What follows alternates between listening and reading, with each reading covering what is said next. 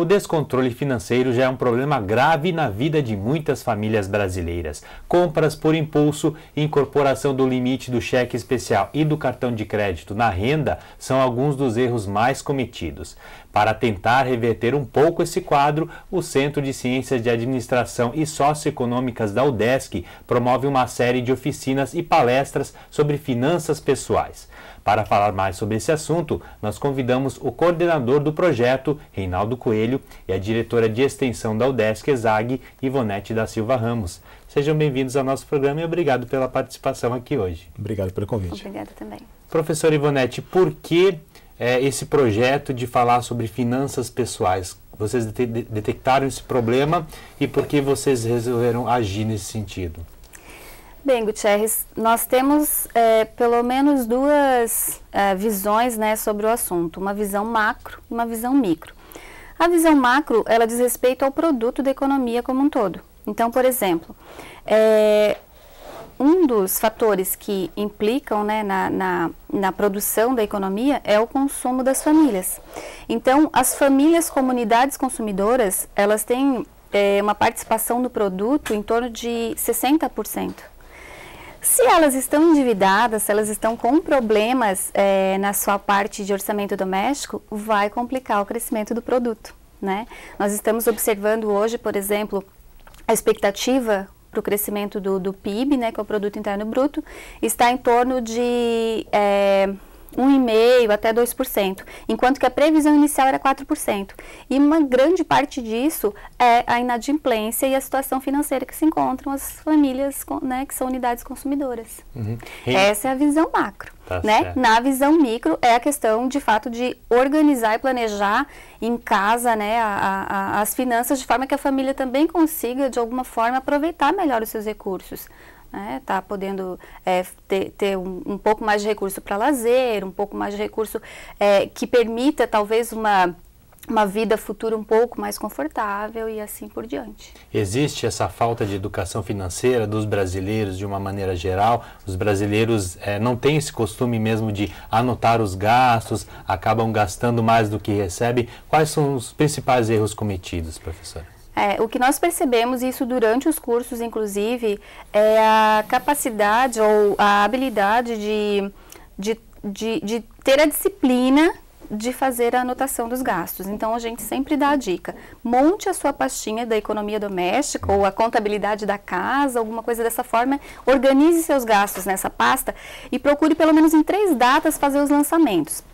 O que acontece, Gutierrez? Muitas pessoas não têm, por exemplo, o hábito de utilizar um programa Excel, que poderia ser bem tranquilo para trabalhar a anotação dos gastos, né? Mas pode ser na caderneta, na antiga caderneta, né? Num caderno e assim por diante. Só que o problema é a disciplina para chegar em tais dias e estar fazendo os lançamentos. Essa foi a que mais assim, o problema maior que a gente detectou durante os cursos. A pessoa se disciplinar para isso. Muitas vezes a pessoa começa e acaba esquecendo de lançar alguma coisa ou outra e deixa para trás, esquece. Ou esquece, inclusive, de anotar pequenos gastos como se não fosse dar impacto no orçamento, né? Então, todo gasto do mês, tudo que for gerar fluxo de caixa, entrada ou saída de recursos, precisa ser anotado. Uhum. Reinaldo, além desse erro de não anotar os gastos, né, o brasileiro, às vezes, ele acaba usando algumas linhas de crédito, como a gente teve nos últimos anos, crédito bastante facilitado, mas a gente sabe também que as taxas de juros são muito altas. Como é que se trabalha esse limite? Assim, quando que você deve buscar um crédito e quais são as linhas de crédito que devem ser evitadas? Dentro dessa iniciativa das oficinas de finanças pessoais, o professor Terry Runker, ele vai tratar com os alunos que as despesas devem ser divididas em fixas e variáveis. Então, para as despesas fixas, tem que tomar muito cuidado para procurar limitar os gastos, por exemplo, financiamento de uma casa própria, financiamento de um veículo. Procurar limitar esses gastos fixos e tomar muito cuidado com eles para que eles não fiquem muito grandes em proporção com a sua renda. Num segundo momento, você tem os gastos variáveis, são coisas do dia a dia, coisas que você precisa, por exemplo, roupas, outros gastos gasolina para o veículo e assim por diante. Então, esses gastos preferivelmente, os restaurantes, né? Preferivelmente a pessoa deve se limitar à renda que sobrar naquele mês e procurar não financiar essas compras. Então, não se recomenda, do ponto de vista de finanças pessoais, que a pessoa assuma crédito para financiar roupas ou outros itens de menor valor, mas só faça essas compras no momento que você conseguir poupar para fazer essas compras à vista. Ou seja, alguns créditos, algumas dívidas elas são necessárias, mas outras é bom sempre fugir, evitar que sejam feitas. Ou no mínimo minimizar, e cuidado sempre com as taxas de juros, né? Muitas pessoas aí têm acesso à poupança, que tem um rendimento razoavelmente baixo, e títulos do governo ou aplicações de renda fixa que não tem a rentabilidade tão alta. Então, vale sempre você comparar a rentabilidade que você consegue nas suas aplicações financeiras e comparar elas com as taxas de juros que vocês têm nessas alternativas de financiamento. Então, taxas de juros para comprar casa própria ou para financiar um veículo, normalmente são muitas vezes não tão altas se comparadas com as aplicações. Agora, outras compras parceladas no crediário, às vezes as taxas embutidas, né, ou não tão perceptíveis às vezes para um consumidor menos esclarecido, podem ser muito maiores do que as aplicações financeiras que ele tem à disposição. E aí começa a haver esse desequilíbrio no orçamento dessas pessoas. Então, esse projeto que vocês estão fazendo na UDESC ESAG, né, vocês trouxeram um professor americano, o professor Terry Runker, para dar essa palestra sobre finanças pessoais. Como Exato. é que funciona esse projeto, quando ele tem início e fim, quem pode participar? Esse projeto de extensão, que tem como objetivo principal oferecer para a comunidade, para toda a comunidade, alunos e qualquer outra pessoa que quiser participar, é totalmente aberto. Vão ser uma série de oficinas ministradas em inglês. Tá? Esse projeto de extensão, então, ele está vinculado, ele faz parte de um acordo de cooperação internacional que a UDESC tem com a Universidade de Ashland, do estado de Ohio, nos Estados Unidos. Então, uma das iniciativas que a gente está tendo com a Universidade de Ashland é ter o professor Terry aqui para vir fazer essa série de oficinas. Existem aqui a própria professora Ivonete, uma especialista também em finanças pessoais, acabou de falar aqui com muita propriedade aqui sobre o assunto, mas a ideia de trazer o professor Terry é porque ele é um autor de livro, né, na área de finanças pessoais, é um profissional conhecido nos Estados Unidos, ele tem certificação americana para atuar na área, especialista da área, né, que é o CFP, e tem muitos anos de vivência e prática lá. Então, além de dar uma experiência de convívio com um professor internacional para os alunos da UDESC, também trazendo as melhores práticas observadas nos Estados Unidos, que, de certa forma, é um país onde essa área de finanças pessoais está um pouco mais estruturada do que aqui. Inclusive, tem uma série de profissionais. É comum utilizar esse serviço de assessoria na área de finanças pessoais nos Estados Unidos. E agora no Brasil isso aí está começando. Quais são as principais diferenças que você citaria nessa área de finanças pessoais entre o Brasil e os Estados Unidos? Aqui a gente ainda tem muita dificuldade em fazer essa educação desde da criança para que ela aprenda a lidar com a economia doméstica, com seus ganhos e com seus gastos. Como é que a gente pode evoluir nesse sentido? Eu acho que, em termos de consumo, eu não colocaria o brasileiro como mais consumista ou menos consumista que o americano, ou mais impulsivo ou menos impulsivo. Eu acho que o que a gente tem aqui talvez seja um pouco menos de informação. Então, a gente está agora no movimento, talvez a professora Ivonete possa até falar mais, onde tem diversas iniciativas tentando conscientizar mais a população brasileira da importância das finanças pessoais. O que acontece de diferente, que é bastante significativo entre Brasil e Estados Unidos, na minha opinião, são os programas públicos. Então, de certa forma, inclusive o professor Terry reforça isso nas suas palestras, que por pior que a gente acha que seja a aposentadoria aqui no Brasil, a dos Estados Unidos, de muitas maneiras, pode ser vista até como pior. Então, os americanos precisam, inclusive, se preparar mais, planejar mais para a sua aposentadoria, porque o que ele vai ganhar de aposentadoria do governo lá acaba sendo até menos do que um brasileiro, na média, ganharia. Então, lá os americanos são forçados a buscarem mais a previdência particular, outras alternativas de investimento. Professor Ivonete, a gente teve uma onda de consumo muito forte no Brasil nos últimos anos, né? Até foi isso que impulsionou muito a economia brasileira, mas acabou também que as famílias, de uma maneira geral, se endividaram muito. Esse é o momento, então, para que os brasileiros parem e repensem essa questão das finanças pessoais? Com certeza. Nós tivemos em 2010 uma abertura de linhas de créditos no Brasil que foi assim avassaladora. Nós temos famílias endividadas para 36, 48 vezes, né?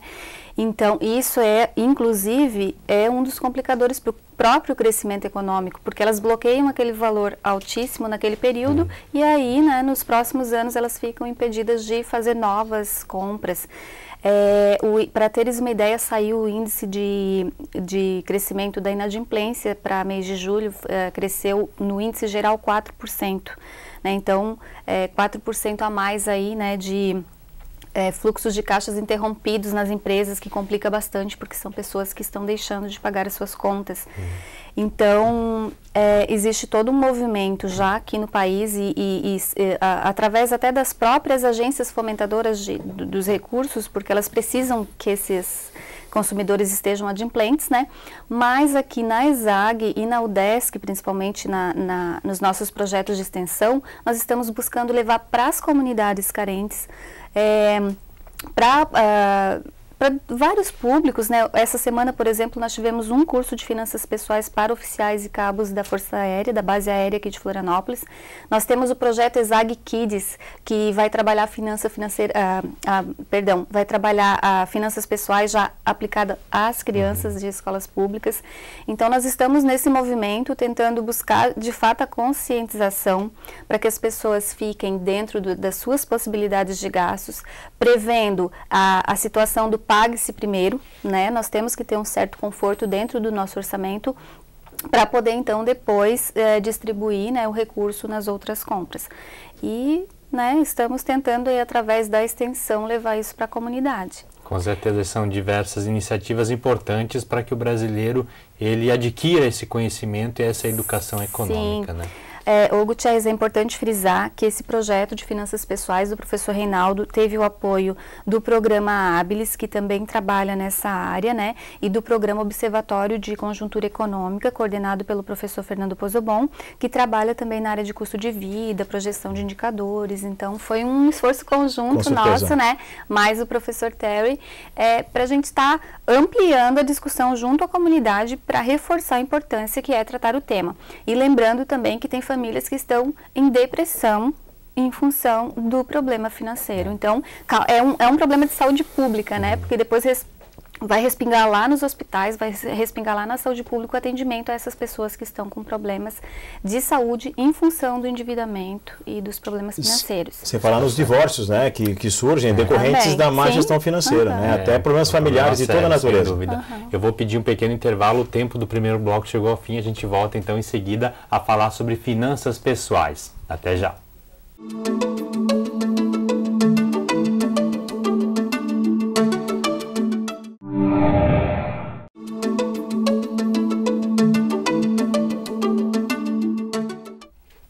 Estamos de volta, hoje falando sobre o projeto Finanças Pessoais. Nossos entrevistados são o coordenador do projeto, Reinaldo Coelho, e a diretora de extensão da UDESC ESAG, Ivonete da Silva Ramos. Professora, você falou então no final do primeiro bloco sobre essa questão do pague-se primeiro, quer dizer, a pessoa ela pode assumir dívidas ou pode, inclusive, fazer alguns investimentos, mas ela não pode esquecer de que ela tem aquele custo de vida mensal que ela precisa pagar, né, que seriam a água, a luz, a alimentação. Como é que funciona esse limiar? Como é que o brasileiro ele está agindo dessa forma? Então, o pague-se primeiro, além dos custos fixos que a família tem no orçamento, né, se de repente paga aluguel, paga telefone, paga água, né, para manutenção para subsistência, ele precisa também pensar de alguma forma que ele pode ocorrer algum imprevisto, por exemplo, acontece bastante na área da saúde, né, de alguém ficar doente, ninguém quer que isso aconteça, mas, né, estamos todos sujeitos. Então, o pague-se primeiro é você inserir dentro do orçamento uma parcela para a sua família, que ela fique à disposição como se fosse uma poupança. Então, você paga todos os seus custos fixos, os seus parcelamentos já, né, do endividamento, mas ainda precisa fazer uma reserva para você ou para sua família, né? Então, é o pague-se primeiro. Então, aquela parcela, ela pode ser destinada à poupança ou ela pode ser destinada a cumprir com algum imprevisto, né? Então, nós trabalhamos nesse sentido. Por quê? Porque se nós não nos disciplinarmos a deixar essa parcela, por exemplo, pode ser 10% do salário, né? Todo mês bloqueado para isso, pode ocorrer que, além desses 10%, de valores bloqueados para a poupança, a pessoa ainda estoure o seu orçamento fazendo outros endividamentos. Mas, Gutierrez, eu queria só salientar que assim, ó, a dívida ela pode ou não se tornar um vilão dentro desse orçamento. Vai depender de como a família administra isso. Depende muito de que dívida foi adquirida. De que dívida foi adquirida, da forma como ela está sendo administrada, porque endividar-se infinitamente, óbvio que vai causar problema, mas pode ser que a família no momento esteja precisando de algum tipo de bem ou serviço e precise de fato fazer endividamento, mas ela precisa controlar e acompanhar isso dentro do orçamento, dentro de todas essas proporções. Quanto eu preciso para os meus gastos fixos, quanto para os gastos variáveis que vai ocorrer durante o mês, o quanto do pague-se primeiro, ou seja, o quanto eu preciso deixar para futuras aplicações ou para imprevistos e fazer o controle de quanto de endividamento a gente já se possui dentro desse orçamento, pedindo que não ultrapasse 30% desse orçamento. Existe um limite indicado de endividamento que as famílias elas devem respeitar, um limite de porcentagem do orçamento familiar?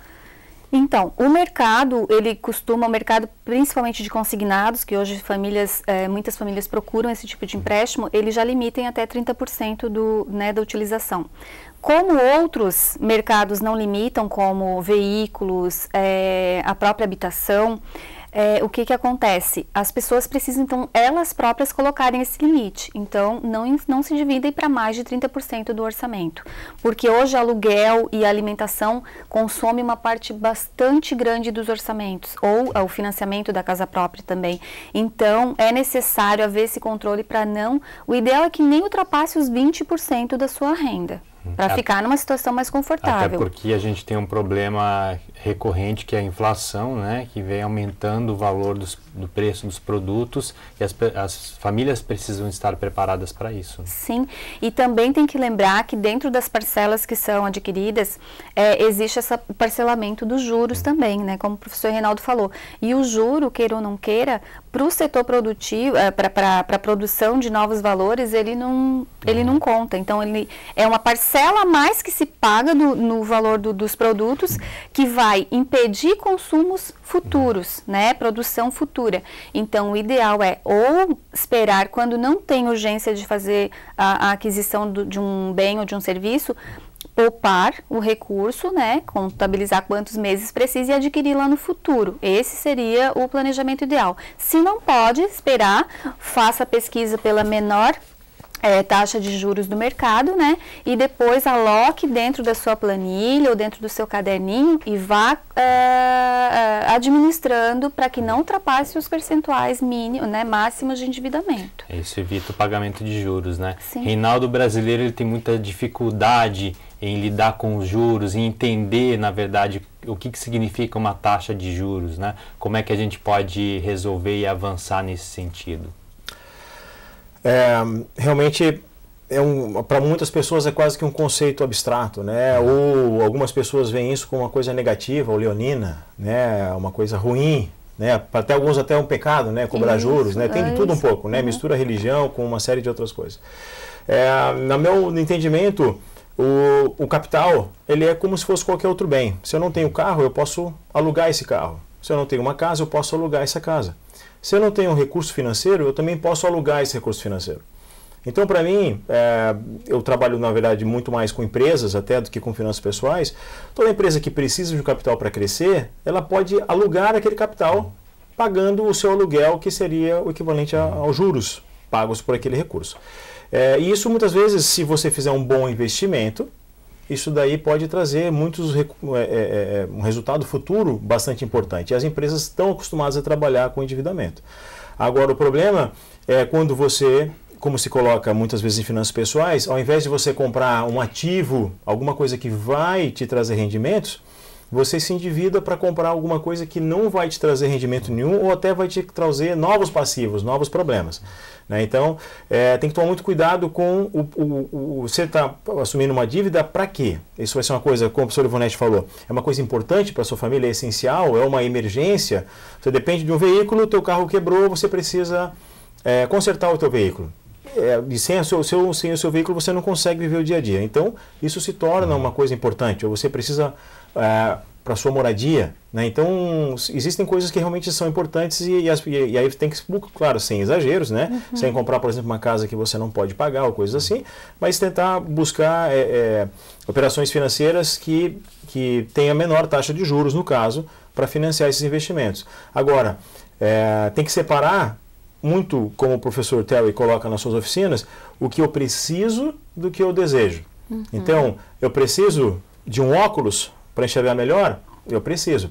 Eu preciso que essa lente seja especial ou que a armação seja de um designer famoso? Eu não preciso, eu posso querer isso. Então, eu assumi uma dívida para comprar um óculos que custa 3, 5, 10 vezes mais caro do que um preço normal, talvez não faça tanto sentido. Então é preciso muitas vezes separar essa questão do precisar e do querer para não assumir dívidas que futuramente vai trazer muitos problemas, né? Com relação aos juros também, quais, de uma maneira bem geral, quais os juros que o brasileiro deve evitar e quais são os juros mais tranquilos aí que muitas vezes podem trazer outros rendimentos aí que valem a pena, de uma maneira geral? Sim, de uma maneira geral, voltando com aquele paralelo com as taxas de aplicação, hoje em dia, por exemplo, a Selic, que é a taxa de referência para cálculo de boa parte das aplicações de renda fixa, está em 11% mais ou menos, o que vai dar 0,8% ao mês mais ou menos. Então, toda vez que você assumir uma taxa de juros mensal muito distante desse 0,8% ao mês, você começa a ter problemas. Então, eu recomendaria que as pessoas tentassem buscar comprar os seus bens financiados utilizando taxas de juros não muito superior, não muito longe desse 0,8%, 1% ao mês. Então, toda vez que você começa por exemplo, taxas acima de 2% ao mês, para ser mais objetivo, 3%, 4%, 5% ao mês, essas taxas são muito nocivas, são nefastas, porque e aí que vem a questão de compreensão da taxa de juros. Quando você faz os juros composto, para você olhar quanto que dá a taxa anual equivalente, você está falando aí de taxas de 30%, 50%, às vezes 80% ao ano. Ou seja, se você assumir uma dívida de R$100 no começo do ano, no final do ano você já está devendo 150, R$200 às vezes. Então a tua dívida cresce numa velocidade muito rápida. Então vira uma bola de neve. Exatamente. Vira uma dívida impagável. E infelizmente todo mundo conhece alguém que um dia caiu nessa armadilha das taxas de juros. Então, se puder buscar taxas abaixo de 2% para a situação atual do Brasil hoje em dia, né? Taxas abaixo de 2% ao mês, de preferência abaixo do 1,5%, seriam as taxas mais desejáveis para se buscar. O brasileiro também tem o problema de não saber calcular a taxa de juro. Isso também, a universidade entra nesse sentido para tentar educar o brasileiro para que ele tenha um melhor conhecimento em matemática financeira e que não seja enganado muitas vezes por uma taxa de juro que é anunciada, mas não é realmente a cobrada, né? Exato. E aí entra vários projetos de extensão que dentro da UDESC, outros projetos complementares às oficinas agora de finanças pessoais que estão acontecendo agora do dia 12 até o dia 22 de agosto. As pessoas que quiserem participar podem entrar no site da UDESC, no portal de notícias da UDESC e procurar lá por oficinas de finanças pessoais. Com certeza vão achar as informações, os horários específicos. Quem quiser participar é totalmente aberto e gratuito. Mas além disso, a UDESC tem outros projetos de extensão também voltados para a educação financeira da comunidade catarinense. Tá certo, então a professora até já citou alguns projetos, né, iniciativas importantes que vêm nesse sentido de educar melhor a população, para que evite-se esse endividamento que gera danos à economia brasileira, né? Bom, infelizmente o nosso tempo chegou ao fim, agradeço muito a participação de vocês aqui hoje. Obrigada. A gente agradece o convite. Obrigado. Tá certo, então. E o programa de hoje vai ficando por aqui, nós voltamos na semana que vem. Até lá.